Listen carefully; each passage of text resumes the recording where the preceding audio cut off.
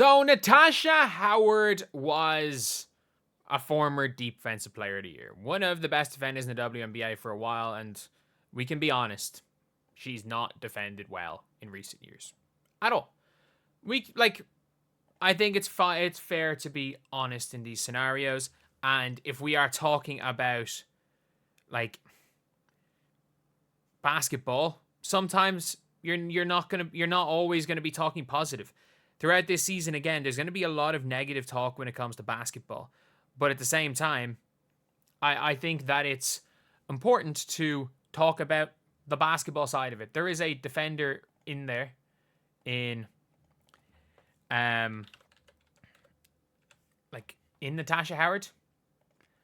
And I think if she plays limited minutes and works on that end of the floor, and it's great the Defensive Player of the Year is her goal. And let's take a listen to what she has had to say and what Stephanie White has had to say. So let's scroll through and let's listen to this right here. She was asked if she can go back to Defensive Player of the Year. You can get back to that level, you think? Absolutely, I can. Absolutely, y'all must see it. Yes. And then Stephanie White talking about it, this is what she has had to say. Just now, she wants to improve as a defender this year. What steps have you seen her take just early in camp in that regard? Well, I love hearing that because she's hungry to continue to grow, and she was a Defensive Player of the Year in our league at one point in her career. So, I think the biggest thing for Tosh is just reestablishing that mentality. We're going to use her in a lot of different ways: her versatility, her length, her athleticism, her speed, her quickness, all of those things.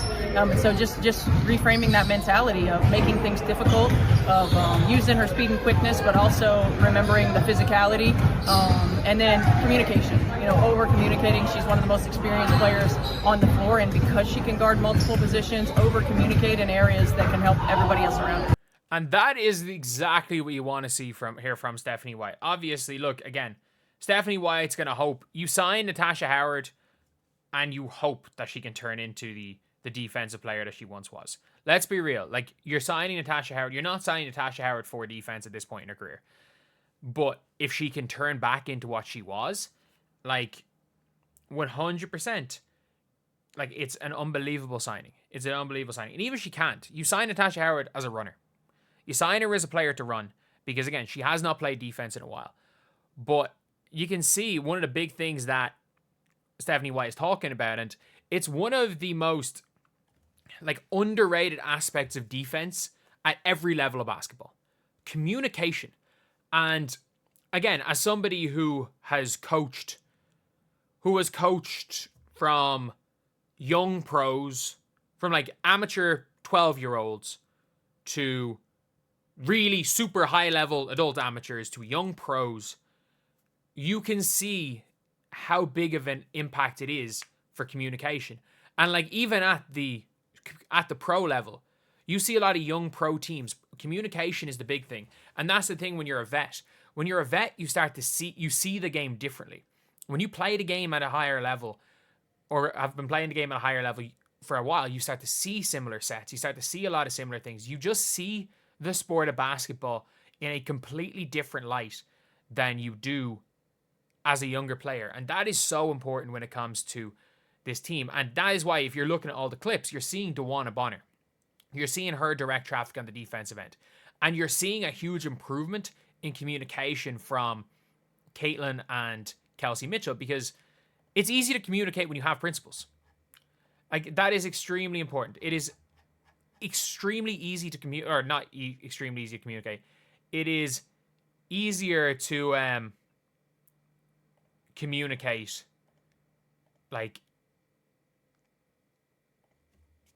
it's, if you know what you're meant to be doing.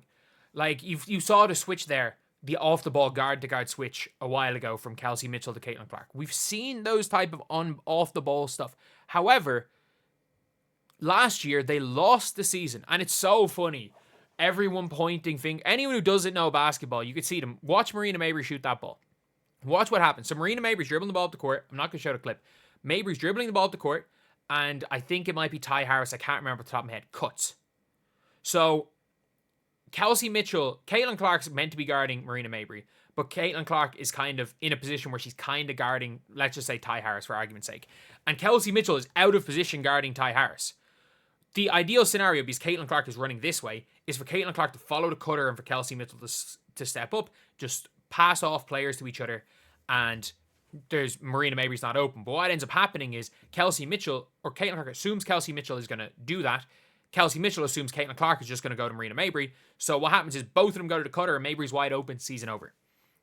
That was what a lack of communication. It was not a case of Caitlin being bad in defense. It was not a case of Kelsey being bad as far as just individual defense. It was literally a miscommunication. And it was so funny, the amount of people that don't know basketball that were blaming. They were like, oh, Caitlin Clark ran away from the ball. And yeah, who was that more fault? Who was that more fault? I think whoever was meant to be guarding the ball. And in transition, it's not who your matchup is. Like, Caitlin thought she was not meant to be guarding the ball. Kelsey thought she wasn't meant to be guarding the ball. It was a miscommunication, and that's not going to happen this year. And you've got vets who are being encouraged by their coach to communicate. Whereas last year, we didn't hear anything about communication. We didn't see the fact that they look to be soft trapping on screens. We didn't see the fact that they're icing screens now. They're switching guard to guard off ball screens. You literally saw them try to fight through every screen last year with a defensive philosophy of get stops. We now got a coach talking about, you got Natasha Howard basically saying, yeah, you'll see. And you don't forget how to play defense, especially because Natasha Howard has not lost her athleticism. I think she chose not to play defense, realistically. Like, when a lot of these pros play overseas, they choose not to play defense. And again, as somebody who coaches low-level pro, but it's the exact same situation with import players, which are non-local players, whether that be in whatever region they're going to. A lot of the time, their job is to drop 30, so in a lot of situations, import players choose not to play defense. And then in a lot of situations, teams make sure their imports play as little defense as possible so that they can score as much on the offensive end as possible. And I'm not going to blame her for not playing defense in Turkey, but in Dallas, nobody played defense in Dallas last year. No one played defense in Dallas. I have a good feeling about Natasha Howard. I really do. I really do have a good feeling about Natasha Howard.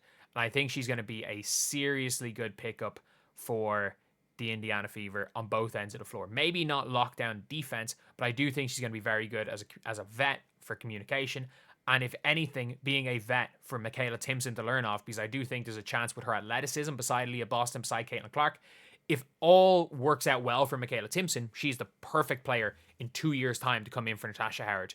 When Natasha Howard is either like on the complete downturn in her career or retired, having young Natasha Howard basically coming in, learning from Natasha Howard could really, really help. Especially because, again, they both went to FSU, and it seems like Natasha Howard is very much trying to bring Michaela Timpson under her wing. But anyway, that's the video. I'll see you guys.